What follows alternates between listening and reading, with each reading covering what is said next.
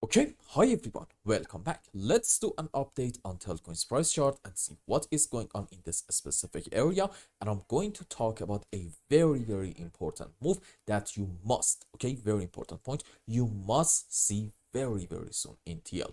If you see that, great. At that point, we are able to be bullish. If not, and if we want to do something else, well, maybe at that point, we are going to be headed just a teeny tiny bit slower in order to take this low about 0.22 of a cent and then maybe go again a bit slower and get to about this important area of support. Now, before we get into all that good stuff, real quick, let me tell you why in the long run I think we are looking quite bullish in TL, and even in the midterm, meaning probably I'm gonna say in the next couple of months, I believe we are still looking optimistic. You see, what do you have off of the lows? I believe this is a beautiful 1, 2, 3, 4, 5, a very strong move without, as you can see, a whole lot of overlapping of the waves. Then, much more important than that, what do you have starting from the highs to about the current point? I would argue this is actually a correction structure, and if it's a corrective movement, it should have two very key characteristics. Number one, it has to be a time-consuming move to the downside relative to this move up. So, is this the case? I think so, yes. See, from the highs to about the current point, this, by the way, is on H1 time frame. As you can see, this move down so far has taken us over 1200 candlesticks. On the other hand, this beautiful impulse up in TL only took 530 candlesticks. So I think we can definitely say, despite having way more than enough time, maybe at least right now bears are sort of kind of failing to pull the price all the way back down to these levels. So this is definitely a characteristic of a correction. The next one, do you remember what it is? I think if you are a regular viewer of the channel, you know it. It's actually having overlapping of the waves between our pullbacks up during this whole phase on the downside. And once again, this thing I think checks all the right boxes. You see, this is a move down and then pullback, another move down, another pullback. We are having overlap in here. Once again, good move down, pullback, clear cut overlapping of the waves between this phase and this one. And again, another move down, pullback. We are having once again overlap. So as you can see, I think this whole situation to the downside, there's a very high chance that is indeed in form of a correction structure. And whether it's over or not, I guess it can be up for debate. But if you want to look at this from like a midterm point of view, I do think you have a good argument for counting at least on yet another good move up in order to take this high for the first target overall about, let's say, 0.38 of a cent. But I'm really hoping that we're going to go quite a bit higher than that. So let's just say this.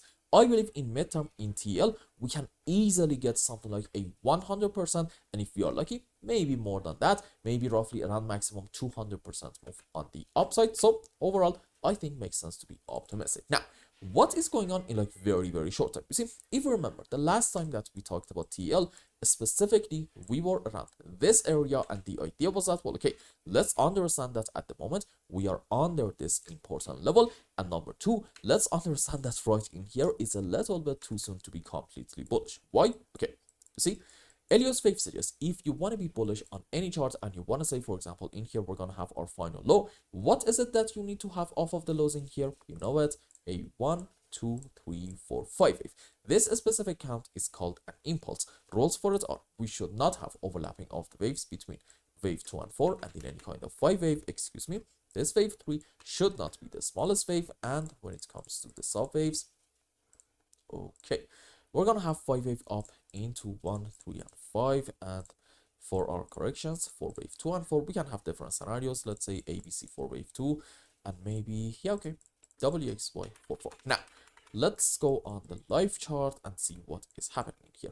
Maybe it's best to go even on 5-minute time frame, and it's very important to note that in my own time, I rarely go on such lower time frames, okay? I'm just doing this for the sake of educational purposes, so I'm thinking it's fine. Okay.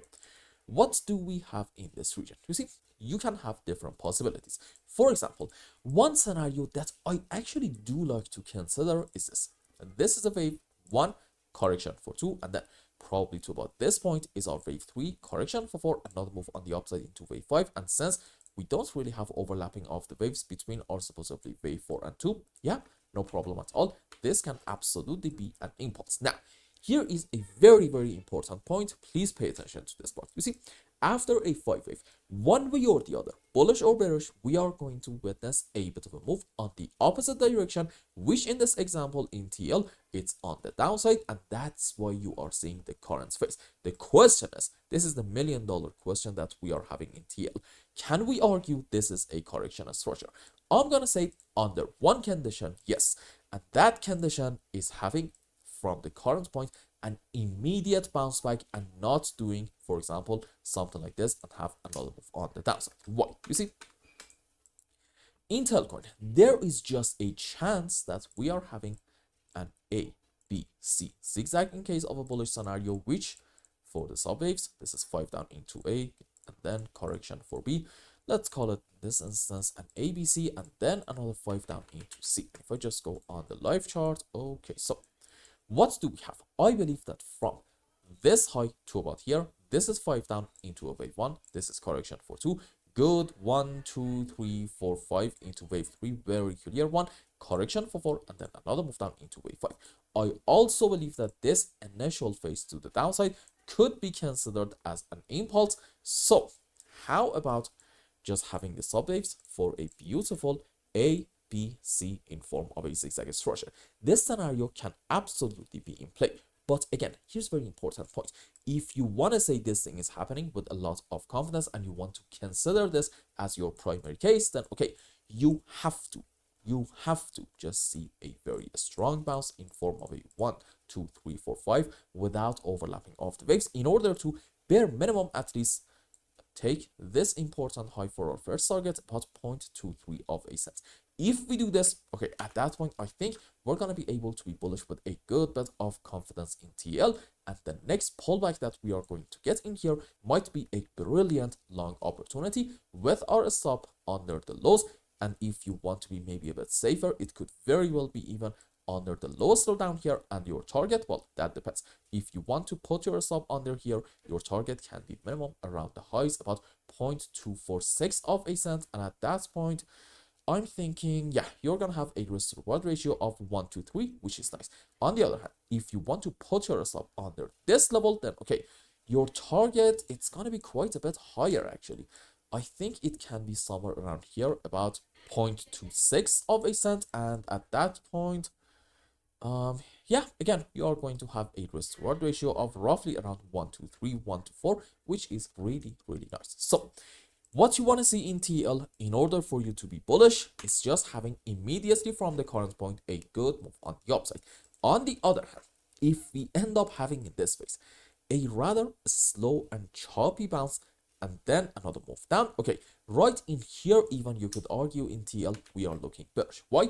Because at that point this ABC is probably going to change to, unfortunately, like it or not, a 1, 2, 3, 4, 5 wave down, meaning, well, unfortunately, the final bottom in TELCOIN, unfortunately, it's not really in yet, and we are going to be indeed headed lower in order to have, I'm going to say minimum like another 10% move on the downside. So for now, I think we are going to get a bit of a bounce soon in TL, but during that phase, all eyes on the shape of our bounce, okay? What you do not want to see is a slow and choppy move and basically a relatively time-consuming bounce. And what you want to see, on the other hand, is a rather strong and sharp move up. And the moment that in this phase, we take this important high, about 0.237 of a cent, that could be an awesome sign suggesting, yep, hopefully we are bullish. And I hope I explained everything well and you understood what is going on in TL's chart. And until the next update, I hope you have a wonderful time. Goodbye.